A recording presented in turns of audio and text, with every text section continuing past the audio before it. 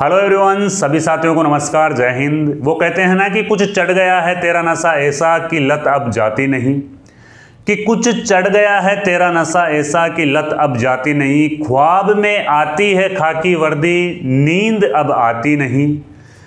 ये मेहनत और किस्मत की जंग में जीत कर दिखाऊंगा, कि ये मेहनत और किस्मत की जंग में जीत कर दिखाऊंगा। लोग कहते हैं किस्मत से मिलती है खाकी वर्दी, मैं मेहनत से लेकर दिखाऊंगा। तो साथियों, आज के वीडियो में अपन चर्चा करने वाले हैं दिल्ली पुलिस नई वैकेंसी के ऊपर। तो पहले दिल्ली पुलिस की 5,500 के आसपास में वैकेंसी आने की संभावना जताई जा रही थी, लेकिन अब यही वैकेंसी बढ़ के 7,500 के आसपास में आने वाली है ना। कंप्लीट डिटेल वीडियो रहेगा ये आपका। मैं आपको बताऊंगा कि किस प्रकार से आपको इसकी तैयारी करनी चाहिए। विशेष फोकस जो ओनली फॉर दिल्ली पुलिस पे ही कर रखे हैं, उन बच्चों के लिए ये विशेष वीडियो आपका रहने वाला है। नोटिफिकेशन डेट है वो क्या रहने वाली है, इसकी टोटल फॉर्म अप्लाई तारीख है वो क्या रहने वाली है ना। और क्या 20 सितंबर से इसके फॉर्म भरे जाएंगे क्या ना, ये आपके जो सवाल है वो अपन इस वीडियो में देखेंगे कि सर इसमें फॉर्म है वो कब तक भरे जाएंगे ना। तो देखो, अब कुछ भी देरी नहीं है भाई, फॉर्म अप्लाई होंगे इसी महीने में, ठीक है ना। इसी महीने में फॉर्म अप्लाई होंगे आपके। जो फॉर्म अप्लाई है ना वो संभावित डेट में आपको बता रहा हूं कि सितंबर, लोग तो 20 से 30 सितंबर बता रहे हैं। और एग्जैक्टली आप देख लेना, इसका नोटिफिकेशन है ना, जैसा एसएससी ने कैलेंडर जारी किया उसके अकॉर्डिंग अब ये ज़्यादा डिले नहीं होने वाली है। तो 20 से 30 सितंबर के बीच में इसके फॉर्म है वो भरने शुरू हो जाएंगे। कुल वैकेंसी कितनी है, कुल भर्ती देखो, भर्ती से जुड़ी हुई अभी का ऑफिशियल डिटेल्स अपने पास में नहीं है ना, लेकिन कहीं ना कहीं से कुछ जानकारियां हैं वो विभाग से बाहर आ जाती है, किसी न किसी माध्यम से वो जानकारियां बाहर आ जाती है।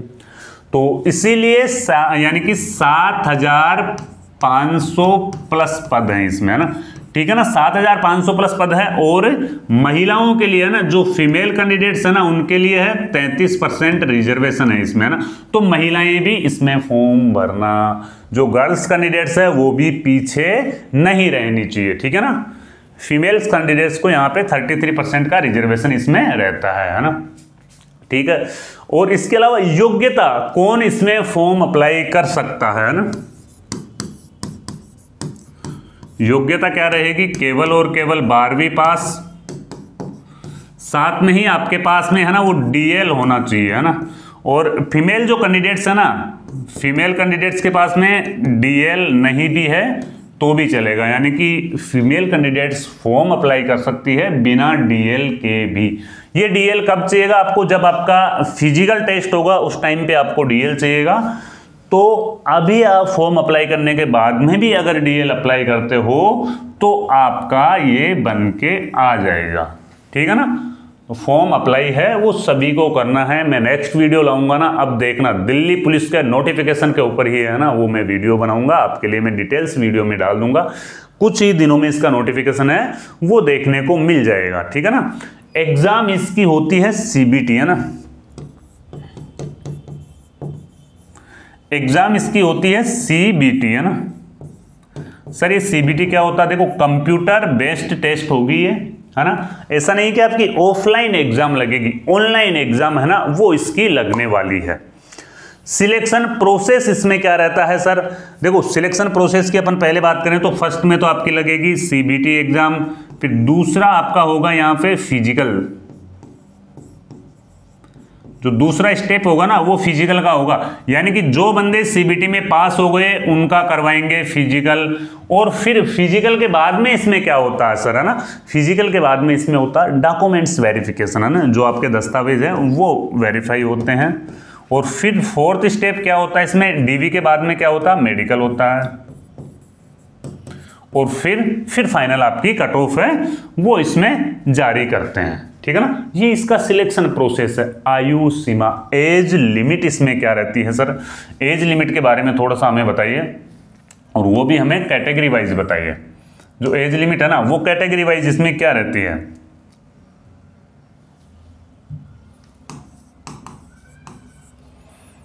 अब देखो जनरल अगर अपन कैटेगरी की बात करते हैं, जनरल के बाद में सेकंड कैटेगरी आ जाती है यहाँ पे ईडब्ल्यूएस, ओबीसी, एससी और एसटी, है ना। सभी कैंडिडेट्स के लिए यहाँ पे एज का जो क्राइटेरिया है ना वो अलग अलग है ना। हो सकता है कुछ छूट मिल जाए, लेकिन जो जनरल को जो रहती है वो रहती है यहाँ पे 18 से 25 वर्ष, ठीक है ना। जो जनरल कैंडिडेट्स के जो विद्यार्थी हैं उनकी आयु सीमा रहती है 18 से 25 वर्ष, ठीक है ना। वहीं ईडब्ल्यूएस वालों की भी 25 वर्ष, यानी कि 18 से 25 वर्ष। हो सकता है ईडब्ल्यूएस को कुछ छूट मिल जाए, जो मैं नोटिफिकेशन के बाद में है वो क्लियर कर दूंगा, है ना। ओबीसी को यहाँ पे 18 से 25 प्लस 3 वर्ष की छूट दी जाती है ना। ये छूट है ना, ओबीसी को 3 साल की छूट इसमें दी जाती है मेरे भाई। एससी और एसटी को यानी कि ये हो जाती है 25 से 26, 27, 28 वर्ष। 28 वर्ष वाले कैंडिडेट्स है वो इसमें फॉर्म भर सकते हैं। एससी वाले 18 से 25 प्लस 5 वर्ष, ये हो जाती है यहाँ पे 30 वर्ष। 30 वर्ष वाले कैंडिडेट्स हैं वो एससी वाले फॉर्म अप्लाई कर सकते हैं, एसटी वाले भी 18 से 25 प्लस 5, ठीक है ना। तो सेम है वो आयु का क्राइटेरिया है, वो एसटी को भी है। फीमेल कैंडिडेट्स को, जो महिलाएं हैं उनको भी यहाँ पे 5 ईयर का एज रिलैक्सेशन है वो इसमें दिया जाता है। अब थोड़ी सी अपन यहाँ पे चर्चा कर लेंगे फिजिकल इफिशियंसी टेस्ट के ऊपर, है ना। उससे पहले अपन एग्जाम के ऊपर देखेंगे भाई, इसका जो एग्जाम का जो पैटर्न है ना वो क्या है।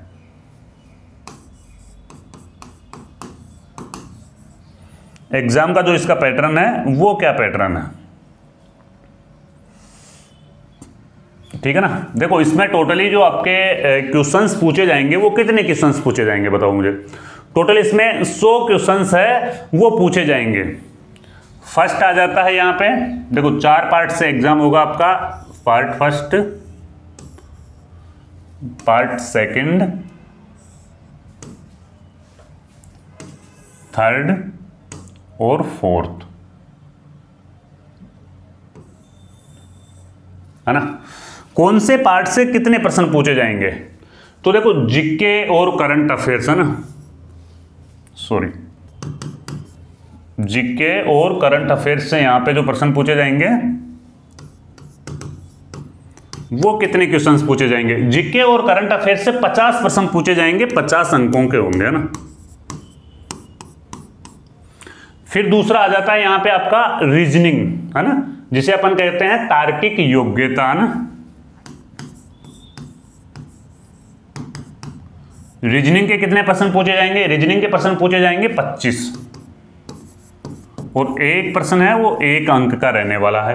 रीजनिंग के बाद में गणित के प्रश्न पूछे जाएंगे 15,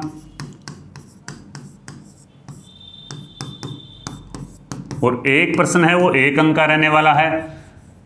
जो कंप्यूटर है ना, कंप्यूटर के यहाँ पे 10 प्रश्न पूछे जाएंगे, ठीक है ना। तो टोटली आपका जो स्कोर है ना वो इसमें है, यानी कि 100 क्वेश्चंस पूछे जाएंगे, 100 मार्क्स के होने चाहिए, है ना। और अगर आप टेस्ट दे रहे हो अभी, अगर आपका लेवल 100 में से 65 प्लस है तो आप अच्छी पोजीशन पे हो, आप अच्छी तैयारी करो। 75 प्लस वालों का यहाँ पे है वो दिल्ली पुलिस में फाइनल चयन हो जाता है। आपको ध्यान है ना, 7,000 7,500 की वैकेंसी है, तो जिनके 75 प्लस मार्क्स हैं उनका आराम से, है ना, इसमें फाइनल रूप से चयन होने वाला है। फिजिकल क्या क्या रहता है, फिजिकल मेजरमेंट के ऊपर भी अपन चर्चा कर लेंगे इसी वीडियो में। जो फिजिकल रहने वाला है वो क्या रहेगा, है ना। देखो वैसे मेल और फीमेल कैंडिडेट्स के लिए अलग अलग क्राइटेरिया इसमें फिजिकल का। मेल और फीमेल कैंडिडेट्स के लिए फिजिकल का है वो अलग अलग क्राइटेरिया है, ठीक है ना। सबसे पहले तो आपकी हाइट का मेजरमेंट किया जाता है। जो फीमेल कैंडिडेट्स है ना उनको हाइट चाहिए 157 सेंटीमीटर। दिल्ली पुलिस में थोड़ी हाइट है वो ज़्यादा ली जाती है ना, 170 सेंटीमीटर। ठीक है ना। हाइट का मेजरमेंट कर लेना एक बार, है ना। और चेस्ट कितना चाहिए, चेस्ट है उसकी कंडीशन होती है नॉर्मल चेस्ट कितना चाहिए और फुलाने के बाद में है वो चेस्ट आपको यहां पे कितना चाहिए। तो नॉर्मल 80 चाहिए और फुलाने के बाद में 85 चाहिए, 80 और 85। देखो हाइट में मुझे यूँ लग रहा है कि इसमें SC ST को ना वो कुछ रिलैक्सेशन दिया जाता है ना। तो ST को इसमें रिलैक्सेशन दिया जाएगा। ST की जो हाइट चाहिए कि वो यहाँ पे मेल कैंडिडेट्स की चाहिए कि 165 सेंटीमीटर, है ना। और ST फीमेल की जो हाइट है वो 155 सेंटीमीटर, है ना। ST फीमेल की है वो 155 सेंटीमीटर, ये हाइट चाहिए, है ना।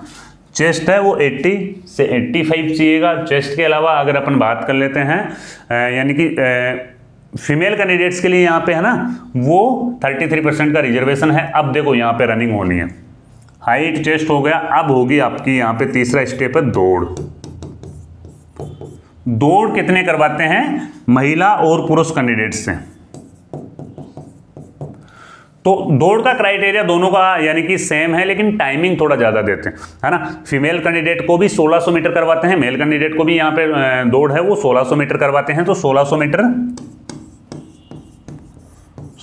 मीटर 6 मिनट का टाइम, ठीक है ना। फीमेल कैंडिडेट्स के लिए यहाँ पे जो रनिंग है वो है 1600 मीटर 8 मिनट का टाइम, ठीक है ना। ये टाइमिंग रहेगा रनिंग का, ये टाइमिंग रहता है 1600 मीटर 6 मिनट, 1600 मीटर 8 मिनट, ठीक है। फिर उसके बाद में लॉन्ग जंप हो जाता है। तो पुरुष कैंडिडेट्स के लिए यहाँ पे लॉन्ग जंप है ना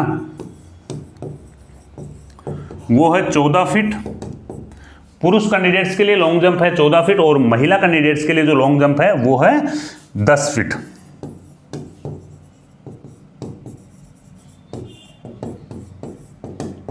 है ना। लॉन्ग जंप है वो 10 फीट, पुरुष कैंडिडेट्स के लिए 14 फीट। अगर अपन बात करें नेक्स्ट स्टेप की तो लॉन्ग जंप के बाद में हाई जंप करवाया जाता है। हाई जंप यहाँ पे पुरुष कैंडिडेट्स के लिए 3.9 फीट ऊंची कूद होती है, 3 फीट 9 इंच की ऊंची कूद होती है पुरुष कैंडिडेट्स के लिए, और 3 फीट की जो हाई जंप होती है ना वो होती है महिला कैंडिडेट्स के लिए। फिर उसके बाद में आपके डॉक्यूमेंट्स वेरिफिकेशन होते हैं, डॉक्यूमेंट्स वेरिफिकेशन के बाद में आपका मेडिकल होता है, ठीक है ना। ये कंप्लीट आपका दिल्ली पुलिस का सिलेक्शन प्रोसेस था। मैं next video Delhi police previously cut off के ऊपर लेके आऊंगा ताकि आपको एक सटीक जानकारी मिल सके कि आपको है ना वो किस हिसाब से आपको तैयारी करनी चाहिए, क्या एक टारगेट लेकर आपको है वो तैयारी करनी चाहिए। तो पिछले 2-3 वैकेंसी का अपन है वो कंबाइंड एक एनालिसिस करेंगे एक वीडियो में, अगर आप सभी कमेंट करोगे तो। और ये जानकारी अगर आपको अच्छी लगी हो तो आप अपने दोस्तों के साथ में से शेयर जरूर करें, ठीक है। मिलते हैं फिर कोई नए वीडियो में नई जानकारी के साथ में, जब तक के लिए जय हिंद जय भारत।